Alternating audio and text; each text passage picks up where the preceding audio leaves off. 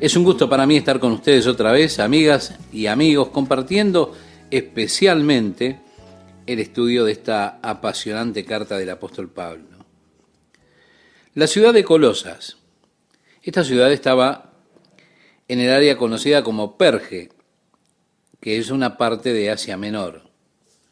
Un par de iglesias reciben el saludo de Pablo en esta carta, y la carta se dijo, además, que debía ser leída a esas iglesias. Una de ellas era la iglesia de la Odisea, que la encontramos en el capítulo 3 de Apocalipsis, y también la iglesia en Hierápolis. El apóstol nunca había estado personalmente en esas iglesias. Ellos nunca habían visto el rostro del apóstol.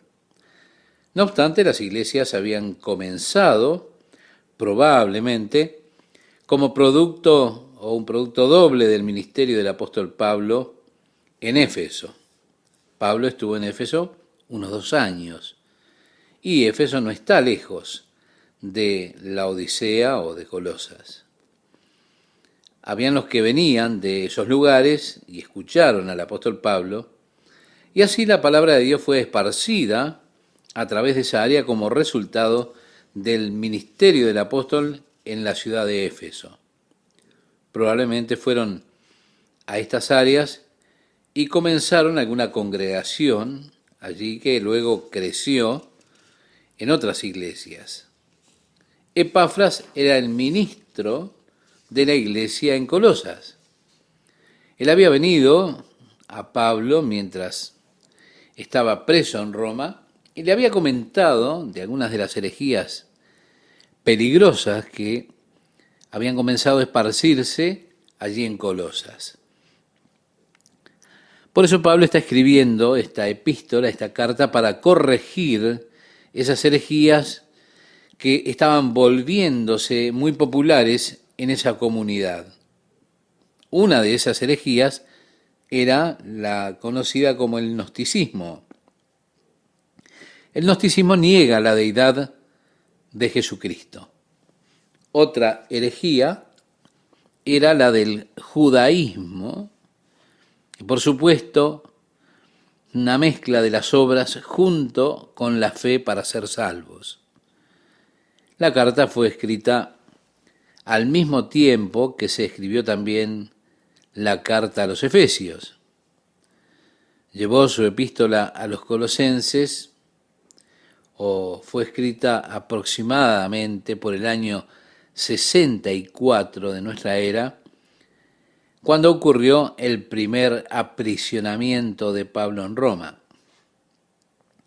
Y así comienza diciendo: Pablo, apóstol de Jesucristo por la voluntad de Dios, y el hermano Timoteo. La introducción es un saludo tan típico de las cartas del apóstol Pablo que en este estudio de estas cartas del apóstol Pablo a las iglesias hemos tenido que cubrir por los comentarios la misma introducción que él ha hecho de distintas maneras.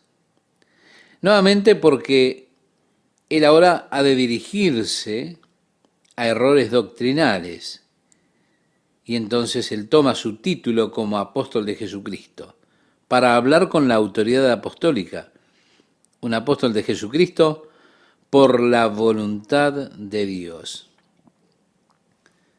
Nuevamente, él decía que no todos son apóstoles, no todos son profetas, no todos evangelistas, no todos pastores, no todos maestros. Dios llama a los hombres y mujeres a distintas vocaciones en la vida cristiana.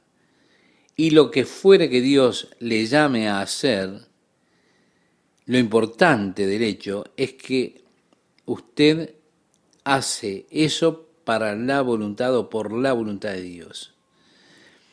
Resulta interesante que el apóstol ora por los colosenses aquí, y su primera petición por ellos es que puedan ser llenos con el conocimiento de la voluntad de Dios. Y mi amigo oyente, yo creo que esta es una oración tremendamente importante. Yo oro eso por mí mismo todo el tiempo. Dios, ayúdame a conocer tu voluntad en cada situación. Es importante, según creo, que cada día encomendemos nuestras vidas a Dios para que estén bajo el señorío de Jesucristo. Si hacemos eso, creo que nuestras vidas se volverán a la revelación progresiva de Dios para nosotros. Creo que si en la mañana le digo, Señor, mi vida es tuya, hoy quiero ser tu siervo, que me guíes por tu Espíritu Santo, quiero que gobiernes mi vida y me ayudes evitándome cada mala decisión que yo pudiera tomar, diciéndole, Señor, simplemente controla mi vida. Y me rindo yo mismo al Señor, reitero, creo que al transcurrir el día, veré una revelación progresiva del propósito de Dios para mi vida y lo que Él ha planificado para mí. Mi problema es, me gustaría que Dios simplemente me pinte la imagen de todo un día, me dé un itinerario y diga, muy bien, son las 9 en punto. A las 9 en punto harás esto, a las 10:30 quiero que vayas para allá, a las 11 quiero que vuelvas, a las 11:30 quiero que hables con una persona. Me gustaría tener todo el día programado en la mañana para poder mirar y decir, bueno, todo bien, vamos por ello, Señor. Pero Dios nunca le anticipa el segundo paso hasta que usted haya dado el primero. Dios le dijo a Felipe, ve a Gaza. Es todo lo que le dijo. Le dijo que era un lugar desierto, peor, él sabía eso. Cuando él llegó a Gaza, y allí había muchas cosas que de hecho mitigaban en contra de ir allí porque estaba yendo a un lugar desierto. Él estaba en un lugar de gran movimiento del espíritu, estando en Samaria. Cientos de personas venían a Jesucristo.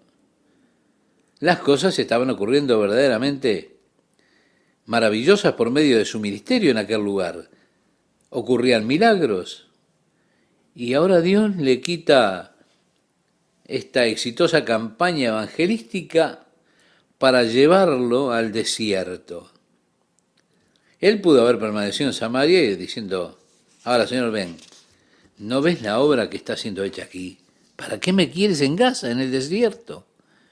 Él podía haberse quedado discutiendo con el Señor, exponiendo sus razones delante de él fácilmente, en lugar de ir a Gaza. Él podía haber dicho, no pudo haber sido Dios el que me dijera eso a mí. No puede ser cierto esto. Está mal algo aquí, porque ¿cómo Dios me va a decir que yo salga de aquí a un lugar desierto? Seguramente Dios quiere que me quede donde las cosas están aconteciendo en manera extraordinaria, milagrosa. Así que no debió ser el Señor el que me habló. Mi amigo, mi amiga, de no haber ido Felipe a Gaza, nunca hubiese recibido esa instrucción, de no haber existido la necesidad. Nuestro problema es que no siempre seguimos la primera instrucción. Por lo tanto, no conocemos nunca la segunda. La segunda instrucción con frecuencia no viene hasta que obedecemos la primera. La primera para Felipe era ir a Gaza. Cuando él fue a Gaza, él se encontró con un carro que llevaba un etíope de camino a Etiopía. El Señor dijo, júntate a ese carruaje. Segunda instrucción. ¿Se da cuenta? Es progresivo. La voluntad de Dios iba siendo conocida para él. Así acontece con nosotros. Por eso decía Pablo, lo que soy es por la voluntad de Dios. Un apóstol de Jesucristo por la voluntad de Dios. Bueno, Pablo llama a Timoteo su hijo amado, compañero de Pablo, hijo en la fe. Probablemente ninguno entendió ni estuvo en tanta armonía con Pablo como Timoteo. A los filipenses le dijo, les estoy enviando a Timoteo para saber cómo están, porque a nadie tengo de igual sentir en las cosas del Evangelio, como lo soy yo, que a Timoteo. Él realmente había cautivado el corazón de Pablo en su compromiso con las cosas de Dios. De algún modo eso es verdaderamente difícil, encontrar personas que tengan la misma visión que uno, el mismo compromiso para las cosas del Señor. Bien, él le está escribiendo a los santos, es decir, a los que fueron apartados para los usos del Señor, a los hermanos fieles en Cristo que están en Colosas. Y quiero que recuerde que la herejía estaba golpeando a la iglesia. Él está escribiendo para corregir algunas de esas ideas heréticas. Les escribe a ellos primeramente como los santos, segundo como fieles hermanos, tercero en Cristo. Es lo típico, a los santos y fieles hermanos en Cristo, que están en Colosas, gracia y paz sean a vosotros, de Dios nuestro Padre y del Señor Jesucristo, siempre orando por vosotros. Parece que Pablo menciona en casi cada una de sus epístolas sus oraciones por aquellas personas. Y dice, Dios me es testigo. Él le escribe a los romanos y les dice que doblo mis rodillas delante del Dios y Padre de nuestro Señor Jesucristo, haciendo mención de ustedes en mis oraciones. Pablo era realmente un hombre de oración. Y es cierto que cada hombre que es usado poderosamente por Dios es un hombre de oración. Escribe el apóstol, habiendo oído de vuestra fe en Cristo Jesús y del amor que tenéis a todos los santos, a causa de la esperanza que os está guardada en los cielos. Vemos nuevamente, estas tres cosas van juntas frecuentemente, la fe, la esperanza y el amor. Sí, son las características que marcan a un creyente, es la fe del creyente, el amor y la esperanza del creyente. Son las características continuas de un hijo de Dios. Así que tenemos la fe en Jesucristo, el amor por todos los santos y la esperanza, la cual es puesta para ustedes en los cielos, de la cual ya habéis oído por la palabra verdadera del Evangelio. Una de las oraciones del apóstol por la iglesia de Éfeso es que ellos pudieran conocer cuál era la esperanza de su llamado. Si ustedes tan solo pudieran saber lo que les espera, si tan solo conocieran la esperanza puesta en los cielos para ustedes, Pedro decía, bendito el Dios y Padre de nuestro Señor Jesucristo, que según su grande misericordia nos hizo renacer para una esperanza viva por la resurrección de Jesucristo de los muertos, para una herencia incorruptible, incontaminada e inmarcesible, reservada en los cielos para vosotros que sois guardados por el poder de Dios. Así escribía el apóstol Pedro en su primera carta, el capítulo 1, versículos 3 al 5. Allí está esa esperanza del reino glorioso que es el reino de Jesucristo, la esperanza puesta en los cielos que vino para nosotros, la palabra de verdad del Evangelio que llegó a nosotros, como está en todo el mundo. Así que es interesante ver aquí que Pablo declara que el Evangelio en ese tiempo fue a todo el mundo, y es asombroso. No había televisión satelital, no había radio, pero la iglesia primitiva era capaz de llevar el Evangelio a todo el mundo a pesar de no tener todas esas cosas. Cumplieron la comisión de Jesucristo, id por todo el mundo y predicad el Evangelio a toda criatura. Como dice el Evangelio de Marcos al final, en el capítulo 16, verso 15. Pablo declara entonces aquí que la tarea había sido cumplida.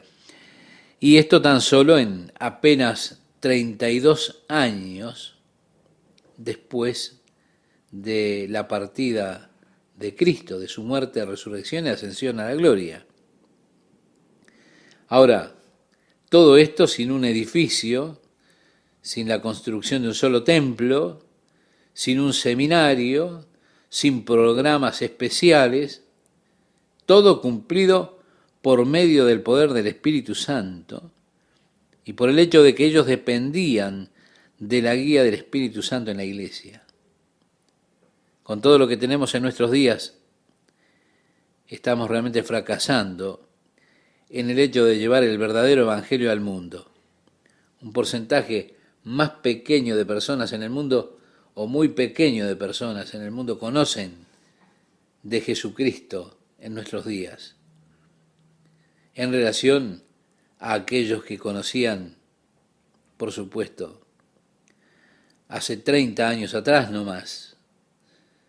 Ahora, si las cosas continúan en este status quo, para el año 2021, solamente el 5% de las personas habrán escuchado alguna vez de Jesucristo. Y esto con todos nuestros seminarios, con todas las radios, televisión, programas, con todo lo escrito, la sabiduría, dispositivos, esquemas, métodos. Esto es una verdadera acusación contra la iglesia de este tiempo. Sí, dice mucho el Espíritu Santo, por supuesto, y por su habilidad y su poder, creo que la única esperanza para la iglesia de alcanzar esta generación con el Evangelio, nuevamente, es que tenga la iglesia fortalecimiento del Espíritu Santo para ser guiados por Él. Yo no creo que se pueda lograr el éxito por dispositivos humanos. No creo que podamos diseñar un programa especial para hacer esto. No creo que Dios quiera que nosotros realicemos eso. Creo que es solamente mediante la oración y ser guiados por el Espíritu Santo que la iglesia puede ser testigo eficaz en este mundo. Jesús decía a sus discípulos: pero recibiréis poder cuando haya venido sobre vosotros el Espíritu Santo, y me seréis testigos en Jerusalén, en Judea, en Samaria y hasta lo último de la tierra. Así les decía antes de ascender a la gloria, en el capítulo 1 del libro de los Hechos, versículo 8. El único poder que tenemos para ser esa clase de testigos que decía Jesús, el único poder es el poder del Espíritu Santo. Y si nos negamos a eso y rechazamos eso, seguramente habremos de fracasar en nuestra misión de llevar el Evangelio a este mundo. Nuevamente, en este primer capítulo, el apóstol hace mención del hecho del Evangelio que está siendo predicado a todo el mundo. Están los que dicen: bueno, Jesús no puede venir hasta que el Evangelio sea predicado a todo el mundo. El Evangelio ha sido predicado a todo el mundo. Esa es la realidad. Sí. Así que aquellos que dicen que no pueden venir hasta que no se predique, tienen que saber que el Evangelio ha sido predicado y trae fruto. Lo glorioso del Evangelio es que trae fruto. Y mire donde el Evangelio no ha sido recibido en el mundo. Mire qué fruto tienen las vidas de las personas y de las naciones. Ahora, estamos hablando del verdadero Evangelio de Jesucristo, porque desafortunadamente la iglesia como institución no siempre proclama el verdadero Evangelio de Jesucristo. Pero la iglesia como una institución, con regularidad, resulta ser otra experiencia religiosa más, otra religión en el mundo, en lugar de simplemente proclamar el verdadero Evangelio de Jesucristo al mundo. Así que hay naciones que han venido a estar bajo la influencia de la iglesia y no por eso son mejores. ¿Se da cuenta, estimado oyente? Ahora, los que han venido a estar bajo la influencia del Evangelio de Jesucristo, usted puede ver en ellos el fruto, porque el Evangelio ha traído fruto a la vida de esas personas. Uno de los frutos del Evangelio es el amor a la libertad. Nuestra nación, fundada verdaderamente por personas que estaban buscando adorar libremente a Dios, sin una iglesia estatal, sin el Estado ordenando la iglesia o apoyando la iglesia y sacándole impuestos a las personas de la iglesia, no, habiéndose movilizado otras fuerzas, comenzaron así a decrecer en su testimonio las iglesias, los verdaderos creyentes. y vemos cómo ha sido erosionada nuestra libertad. El verdadero fruto del Evangelio es el amor, un aprecio del hombre, amor por nuestros hermanos, amor que se manifiesta en obras de caridad y bondad de unos hacia otros, extendiéndose esa bondad a todos. Y culmina entonces esta parte diciendo en el versículo 6, y lleva fruto y crece también en vosotros desde el día que oísteis y conocisteis la gracia de Dios en verdad. El énfasis del apóstol aquí es, ustedes escucharon, supieron la gracia de Dios en verdad. Y mi amigo oyente, cuán importante es que conozcamos la gracia de Dios en verdad. ¿Qué tal, amigas, amigos? ¿Cómo están? Qué placer estar con ustedes nuevamente compartiendo la palabra de Dios para hoy.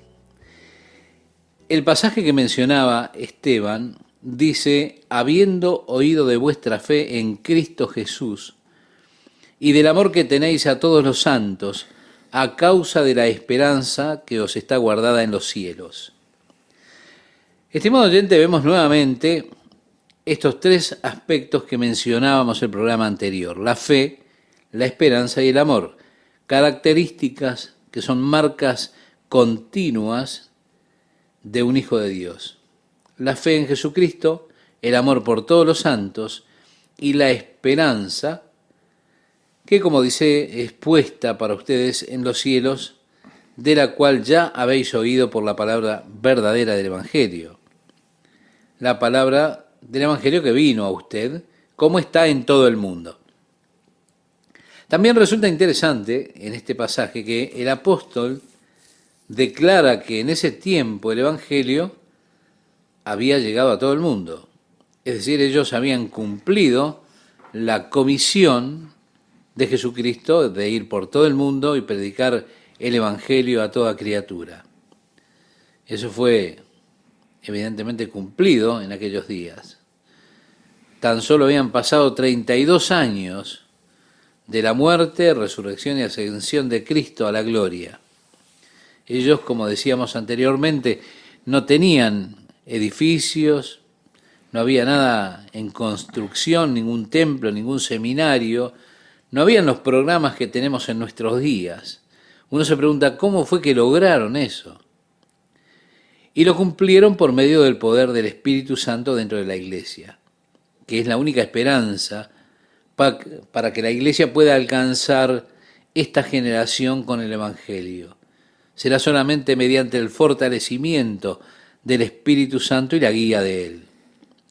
Y yo creo que es solamente por medio de la oración y la guía del Espíritu Santo que la iglesia puede ser un testigo eficaz en el mundo de nuestros días. La promesa que le hizo Dios a los apóstoles, registrada en el libro de los Hechos, en el capítulo 1, verso 8, es interesante de considerar. Jesús les dijo, pero recibiréis poder cuando haya venido sobre vosotros el Espíritu Santo, y me seréis testigos en Jerusalén, en toda Judea, en Samaria y hasta lo último de la tierra. El único poder que tenemos para ser esa clase de testigos es el poder del Espíritu Santo. Y si nos negamos a eso, si lo rechazamos, con seguridad hemos de fracasar en la misión de llevar el Evangelio al mundo de nuestros días.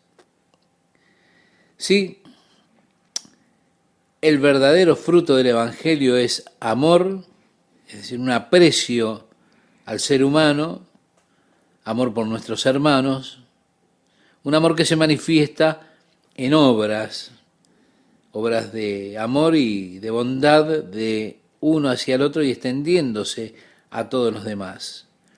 Así decía el apóstol, y lleva fruto y crece también en vosotros, desde el día que oísteis y conocisteis la gracia de Dios en verdad. Pone el énfasis aquí el apóstol Pablo al decir, ustedes escucharon y supieron la gracia de Dios en verdad. Qué importante para nosotros, amigo oyente, es que sepamos la gracia de Dios en verdad.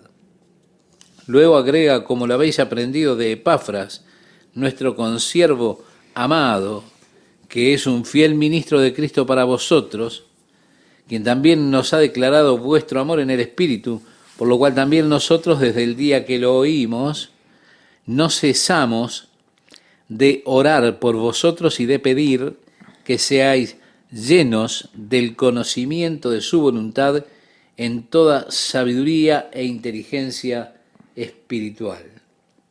Nos damos cuenta, la primera petición que hacía el apóstol Pablo era por la iglesia, para que fuera llena del conocimiento de la voluntad de Dios en toda sabiduría e inteligencia espiritual. En segundo lugar, dice, para que andéis como es digno del Señor, agradándole en todo. El apóstol Pablo le escribió su carta a los Efesios y allí les menciona todo lo que Dios hizo por ellos. Después también rogaba que anduvieran como es digno de la vocación con que fuisteis llamados. Les estaba diciendo, ustedes son hijos de Dios. Entonces caminen como tales, vivan como tales, caminen de manera digna de lo que Dios los ha llamado a ser, sus hijos. Caminen en la forma propia de un hijo de Dios. Sí, deberían andar como dignos del Señor, agradándole en todo, siendo fructíferos en toda buena obra y creciendo en el conocimiento de Dios. Qué importante es estar creciendo en el conocimiento de Dios. Porque usted puede solamente conocer a Dios en verdad cuando Él se revela a Él mismo, a usted por medio de su palabra. Su único recurso verdadero para conocer a Dios está aquí en la Biblia. Así que para conocer a Dios debemos conocer la palabra de Dios. Porque es por la palabra de Dios que Él se ha revelado a sí mismo, se ha dado a conocer a sí mismo al hombre, creciendo en el conocimiento de Dios. Nosotros semana a semana debiéramos crecer en nuestro conocimiento de Dios, para que usted pueda hacer como expresa a continuación el apóstol, fortalecidos con todo poder, conforme a la potencia de su gloria, para que pueda comenzar a experimentar más de ese poder del Espíritu de Dios obrando en su vida. Para toda paciencia, decía el apóstol, y longanimidad, con gozo. Y así con frecuencia nuestra paciencia y longanimidad ocurre que no es con tanto gozo. Más bien es como una especie de queja y de lloriqueo. Pero, o que podamos tener paciencia y longanimidad con gozo, dando gracias al Padre que nos hizo aptos para participar de la herencia de los santos en luz. Nuevamente el apóstol Pablo le escribió a los santos en luz de esta manera a los Efesios. Hay un gran paralelismo en estas epístolas y eso es porque fueron escritas al mismo tiempo. Así que encontramos muchos pensamientos similares entre ambas cartas. Pero damos gracias a Dios que nos hizo dignos de ser partícipes de esta herencia. Pablo oraba otra vez por los Efesios para que ellos pudieran conocer la herencia que es nuestra, la herencia de los santos en luz. Vemos qué similitud. Ahora dirá en el versículo 13, el cual nos ha librado de la potestad de las tinieblas y trasladado al reino de su amado Hijo. De eso es de lo que trata la conversión de las personas, que son libradas del poder de las tinieblas, librados de la esclavitud del pecado, ese poder de Satanás que una vez nos tuvo apresados, y entonces ahora somos trasladados al reino de su amado Hijo. Sí, leemos mucho en las Escrituras acerca del reino de Dios. Así que con frecuencia pensamos que esto tiene que ver con algo totalmente futuro. Para muchas personas lo es. Pero permítame decirle algo, para usted debería ser una experiencia presente, permanente. ¿Se da cuenta? Usted se vuelve parte de este reino en el momento en que usted se inclina ante Jesucristo y lo reconoce como su Salvador, como su Rey, su Señor. A partir de allí estamos en el reino de Dios. He rendido mi vida como fiel sujeto y siervo de ese reino. Él es mi Rey, por lo tanto, ya estoy en su reino. Así que he sido librado del poder de las tinieblas y he sido trasladado ya al reino de Jesucristo, en quien tenemos redención por su sangre, el perdón de pecados. Una de las gloriosas bendiciones que tienen aquí los colosenses en el capítulo 1, la redención por medio de la sangre de Jesucristo, el perdón de pecados. Y hablando de Jesucristo, dice, Él es la imagen del Dios invisible, el primogénito de toda creación. Sí, Él va a hablarnos de varias cosas aquí en cuanto a Jesús. Yo quiero que usted recuerde a los gnósticos y sus herejías que se estaban levantando allí en Colosas, negando la divinidad o la deidad de Jesucristo. Por eso Pablo aquí comienza a contar la supereminencia de Jesús. Él es la imagen del Dios invisible. El apóstol Juan escribe en el Evangelio que nos dejó en el capítulo 1, versículo 18, a Dios nadie le vio jamás. El unigénito Hijo que está en el seno del Padre, Él le ha dado a conocer. En el versículo 14 decía, y aquel Verbo fue hecho carne y habitó entre nosotros, y vimos su gloria, gloria como del unigénito del Padre, lleno de gracia y de verdad. ¿Sí? Él era la imagen del Dios invisible. En el capítulo 1 de la carta a los Hebreos, podemos leer que Él es el resplandor de su gloria, o la refulgente gloria de Dios, y la imagen expresa de Él mismo.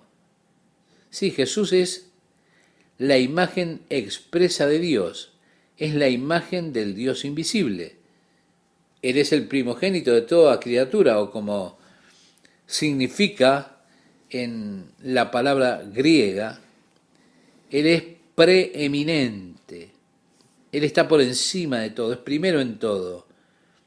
No primero como primero de comienzo, que uno dice primero, segundo, tercero, cuarto, sino primero en preeminencia, por encima de todo.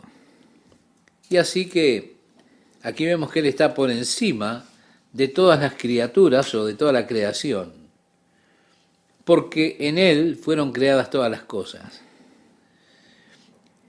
En el libro primero de la Biblia que tenemos, que es Génesis, encontramos este libro que comienza diciendo, en el principio creó Dios, y la palabra Dios allí en hebreo es Elohim, que es una palabra plural para hablar de Dios. El singular hebreo para mencionar a Dios es la palabra El. Así que tenemos este tiempo dual que es Eloi, y Elohim tiene que ver con el plural al referirse a Dios. En el principio, Elohim, que es plural, en el principio Dios.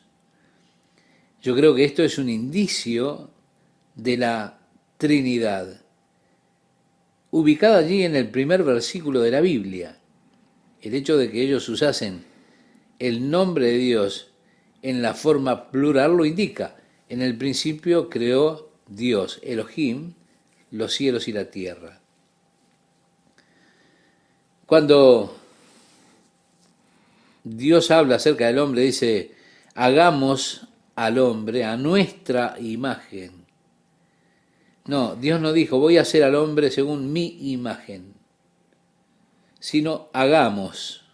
No dijo, voy a hacer, hagamos. En el consejo divino, el Padre, el Hijo, el Espíritu Santo, el hombre fue creado a la imagen de Dios. Así que en el Evangelio de Juan, dice, en el principio era el Verbo, el Logos, hablando de Jesucristo. El Verbo era con Dios y el Verbo era Dios. Este era en el principio con Dios. Todas las cosas por Él fueron hechas y sin Él nada de lo que ha sido hecho fue hecho. ¿Se da cuenta Jesús como el agente activo de la creación? Porque por Él fueron creadas todas las cosas. Ahora, todas las cosas significa que, tomándolo literalmente, todas las cosas que están en el cielo, todas las cosas que están en la tierra, todo el universo creado por Él. Cosas que son visibles y otras que son invisibles. Está el universo material que usted puede contemplar, pero además el universo inmaterial que usted no puede ver. Seres espirituales como los ángeles, jerarquías, distintos órdenes de espíritus, referidas en este libro, en esta carta, como tronos, dominios, principados, potestades. Todas las cosas fueron hechas por Él y para Él. Así que Él no solo es el creador, sino que aquí también Él es el objeto, el fin, el propósito de la creación. Fueron hechas por Él, pero también fueron hechas para Él. ¿Se da cuenta? Todos los ángulos, todo el universo, todas las cosas dentro de este universo fue hecho por Él y para Él. Y déjeme decirle algo, esto lo incluye a usted también. Usted fue creado para el gozo de Dios, para los propósitos de Dios. A las personas no les gusta mucho esto. Hay muchos que son rebeldes en cuanto a que Dios ha hecho las cosas así. Cuando Él creó al hombre, le dio la capacidad de tener libertad de elegir, porque usted fue creado a imagen de Dios, y Dios es un ser que tiene autodeterminación. Así que lo creó a usted con autodeterminación, con poder de elegir libremente. Eso era necesario para que usted pudiese tener con Dios un compañerismo, una comunión que tuviera significado. Estudiando el cuerpo humano, estudiando la sabiduría de Dios, me doy cuenta de cómo Dios pudo habernos hecho una especie de robots muy sofisticados, y así podía habernos hecho cumplir todas las funciones que pudiéramos lograr como seres humanos, excepto amar, tener compañerismo significativo. Si usted ha de tener amor y ha de tener un compañerismo que tenga significado, usted no puede ser un robot. Usted tiene que ser alguien que decida. Por eso Dios nos creó con elección, con la capacidad de elegir con libre albedrío. Si usted ejerce esa elección y quiere vivir para Él, su vida será plena, satisfecha. Usted puede elegir, puede ejercer su libertad de elegir viviendo para usted, solo para usted. Y su vida será una vida vacía, fútil y frustrante. Dios está antes que todas las cosas, porque dice que en el principio Dios. Sí, Dios es el ser existente que tiene vida en sí mismo, que existe antes de que el mundo fuese, antes de cualquier planeta, de cualquier cuerpo celeste, de cualquier forma de vida, antes de que hubiesen ángeles. Él existió porque Él es eterno. Él siempre existió. Es autoexistente. Él es antes de todas las cosas. y por Él todas las cosas permanecen. La palabra griega para definir esta expresión, todas las cosas permanecen, significa todo se mantiene junto. Una declaración muy interesante a la luz del descubrimiento de los átomos, la ley de la electricidad o ley de Coulomb, como se conoce, declara que las cargas se repelen. Los polos opuestos, negativo y positivo, se atraen. Así que hay una fuerza atrayente entre el positivo y el negativo. Eso es lo que nosotros usamos en electricidad, cuando ponemos en marcha algún motor o algunos otros artefactos. Allí la corriente alterna. Podemos estudiar, mediante la ley de Coulomb, la electricidad. Hay fuerzas repelentes de cargas iguales y ahora al bombardear el núcleo de un átomo se necesitan 600.000 voltios de electrones para insertar un protón en el núcleo de un átomo. Así que por medio de ello pudieron determinar que entre dos protones hay un poder de entre 20 y 23 kilogramos, necesarios para mantenerlos juntos. El núcleo de un átomo es un conjunto de protones agrupados. En total desafío a la ley de la electricidad, el misterio del universo es lo que decíamos al comienzo, y nos podríamos preguntar en cuanto al universo, ¿qué es lo que los mantiene juntos? Bueno, la ciencia no tiene una respuesta veraz para eso.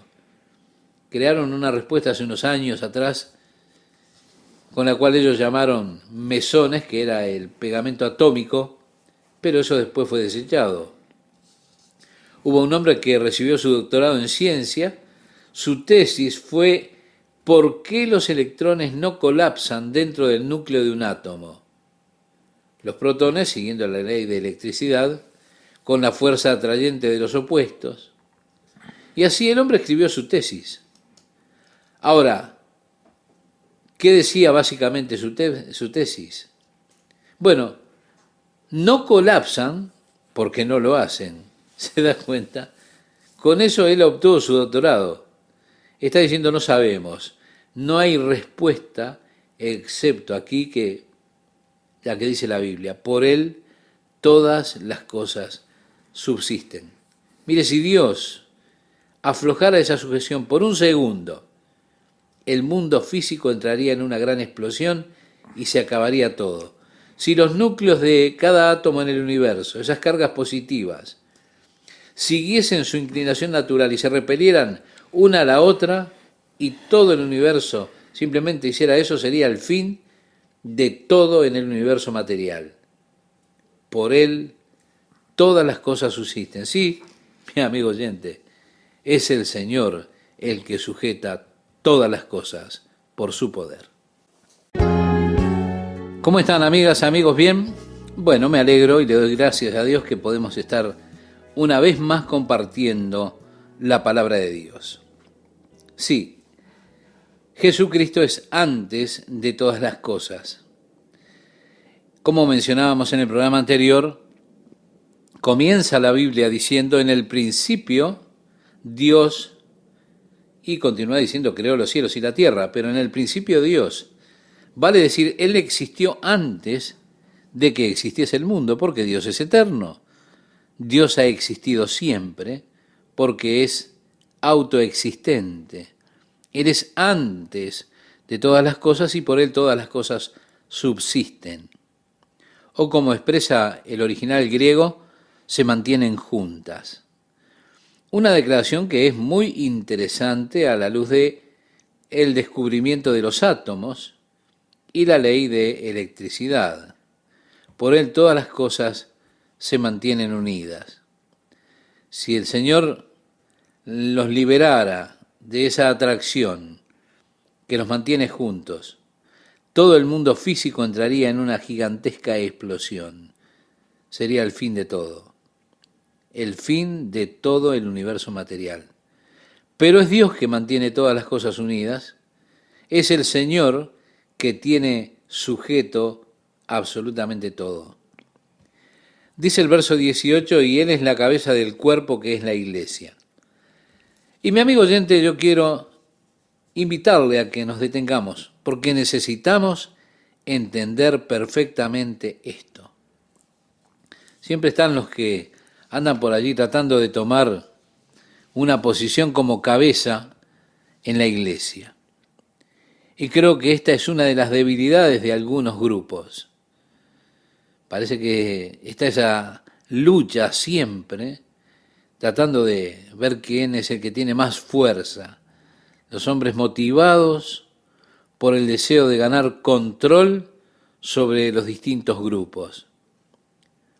Un ministro piadoso podría preocuparse menos de ser el presidente de determinado grupo, incluso de tener el obispado total.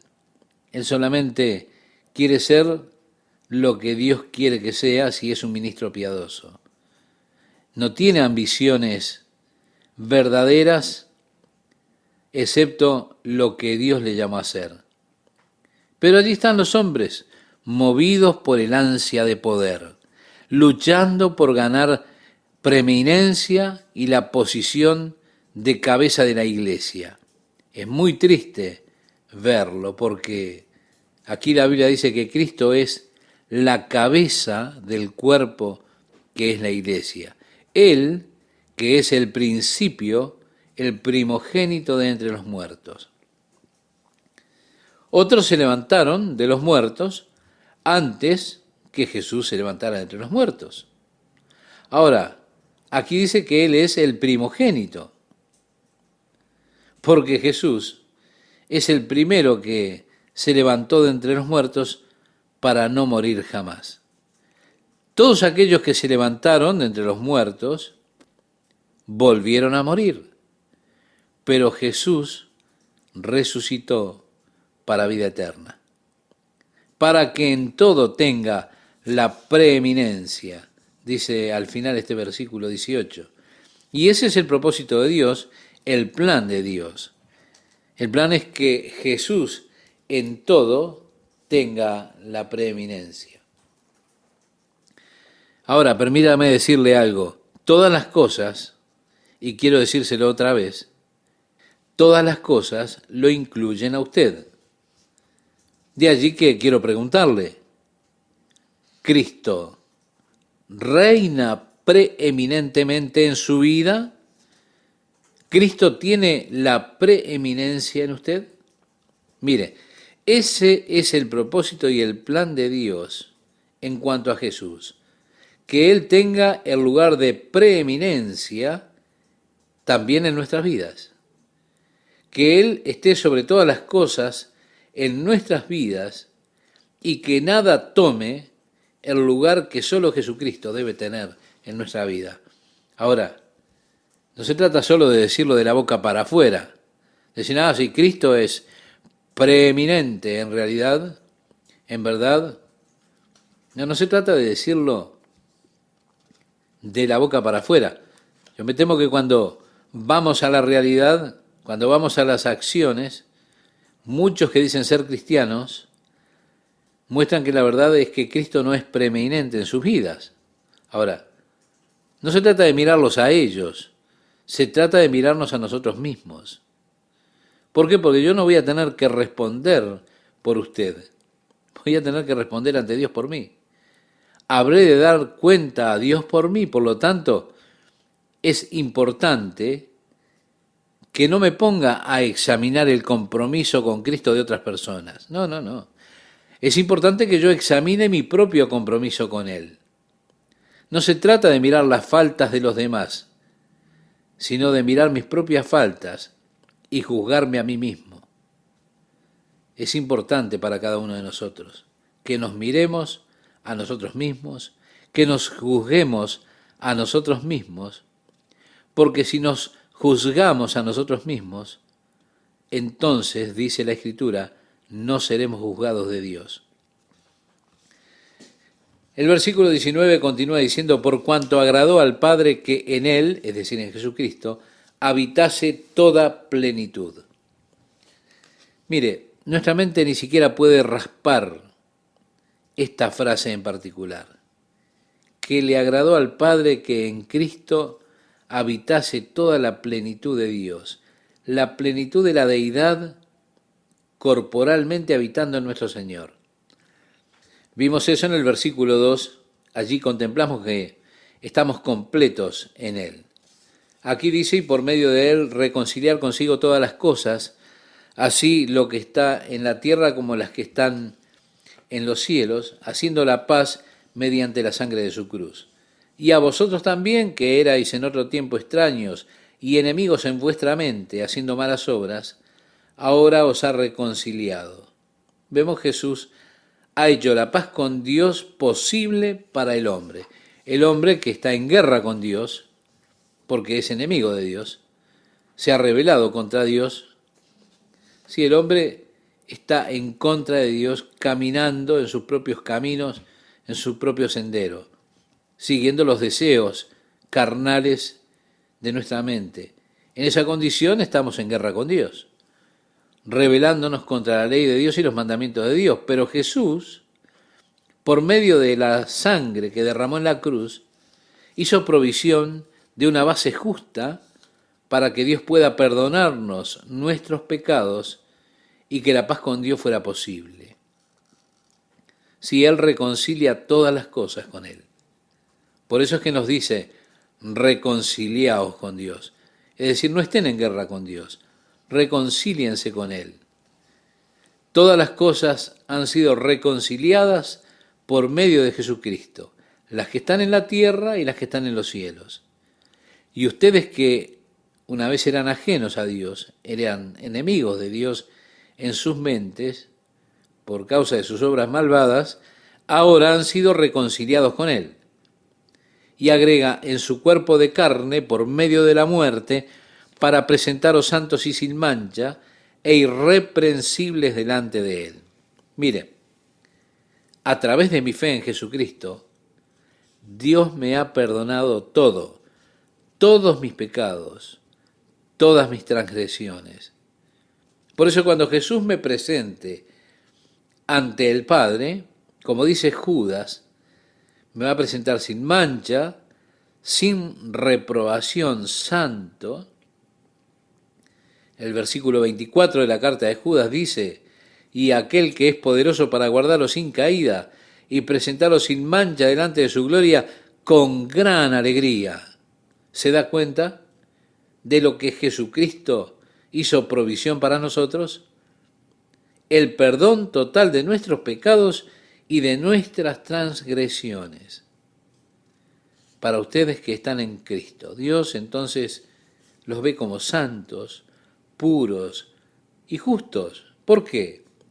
Porque la justicia de Dios ha sido tomada en cuenta o ha sido imputada para nosotros por medio de la fe en Jesucristo, no por medio de las obras, no a través de mi esfuerzo, no por medio de un gran compromiso que contraje con Él, no es a través de tremendos sacrificios, no, es por medio de la simple fe en Jesucristo que Dios nos cuenta por justos.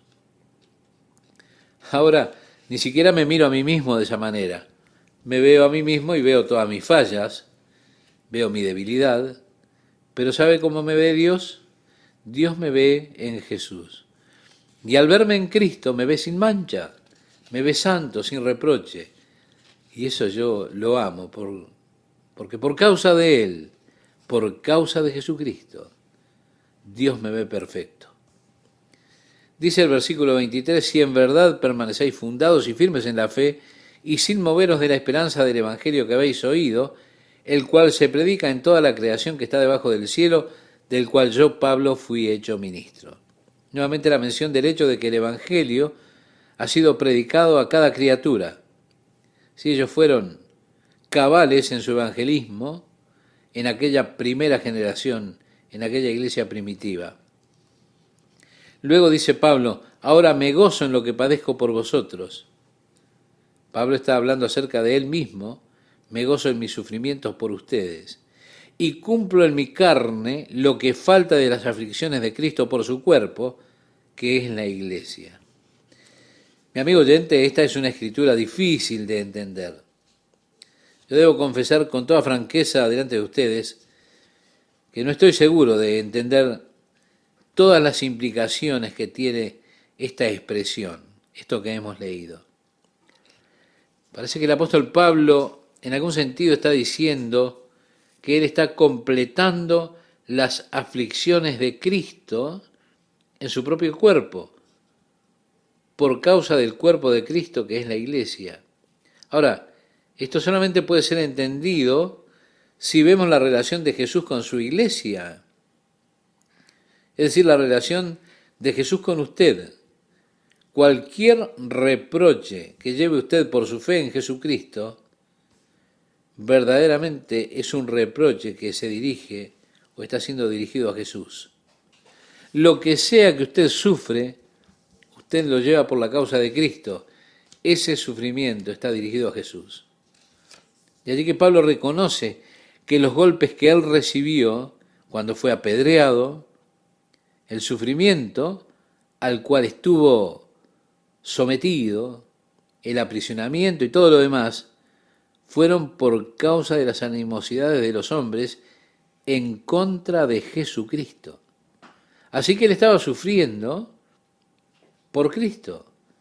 Él de hecho estaba tomando esos sufrimientos de Jesucristo o los reproches a Cristo, los sentimientos que el hombre tenía en su corazón natural contra Jesús, el odio del hombre hacia Jesús. Pablo se sentía privilegiado de llevarlo, de sufrirlo. Luego dice, hermanos míos, lo decía Santiago en su carta, en el capítulo 1, verso 2, hermanos míos, tened por sumo gozo cuando os halléis en diversas pruebas. Decía el apóstol Pedro en su primera carta en el capítulo 4, verso 12, que usted después puede cotejarlo si lo desea. Amados, no os sorprendáis del fuego de prueba que os ha sobrevenido, como si alguna cosa extraña os aconteciese. No, gócense. Bienaventurados los que padecen persecución, decía Jesucristo, por causa de la justicia, porque de ellos es el reino de los cielos. Usted puede repasar el Sermón del Monte del Evangelio de Mateo capítulo 5. Bienaventurados sois, decía Jesús, cuando por mi causa os vituperen y os persigan y digan toda clase de mal contra vosotros, mintiendo. Gozaos y alegraos porque vuestro galardón es grande en los cielos, porque así persiguieron a los profetas que fueron antes de vosotros. ¿Se da cuenta? Llevando los sufrimientos de Cristo. El hombre natural todavía odia a Jesús. Y al pararse usted delante de él como su representante, usted recibe el abuso que verdaderamente está dirigido a Jesús en su corazón.